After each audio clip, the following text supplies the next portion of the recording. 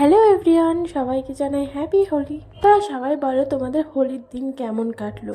আমার তো খুব বাজে কাটলো। সকালবেলা সব কাজটা সেরে স্নান করে এসে ঠাকুরকে পুজো দিয়ে দিলাম, আর সব ঠাকুরের পায়েও আবির ছুঁয়ে দিলাম, আর আমার বাবার আর দাদুর পায়েও আবির ছুঁয়ে দিলাম। তারপরে কিন্তু আমি ভালো করে একদম লিপস্টিক টিপস্টিক পরে নতুন জামা পরে ভালো করে রেডি হয়েছিলাম। ভেবেছিলাম রং খেলবো, রং খেলে ভূত হয়ে আমি আবার স্নান করবো। বাট এখানে রং মাখানোর মতো আমার বোনই আমার গালে একটু আবির মাখিয়ে দিল, আর বাদ বাকি কেউ ছিল না যে আমাকে রং মাখাবে। আর অবশ্যই তোমাদের সঙ্গে এরকম হয়েছে যে রং মাখানোর মানুষ প্রচুর, তোমাদের ভূত করে দেওয়ার মানুষ, বাট আমার কেউ ছিল না রং মাখানোর মতো। তার জন্য আমি আর স্নানও করিনি, শুধু গালের রং দুটো ধুয়ে ফেলেছিলাম।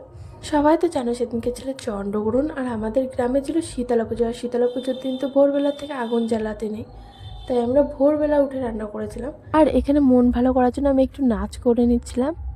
আর হ্যাঁ, যেটা বলছিলাম, মা ভোরবেলা উঠে অন্ধকার থাকতে আলু সেদ্ধ ভাত করেছিল।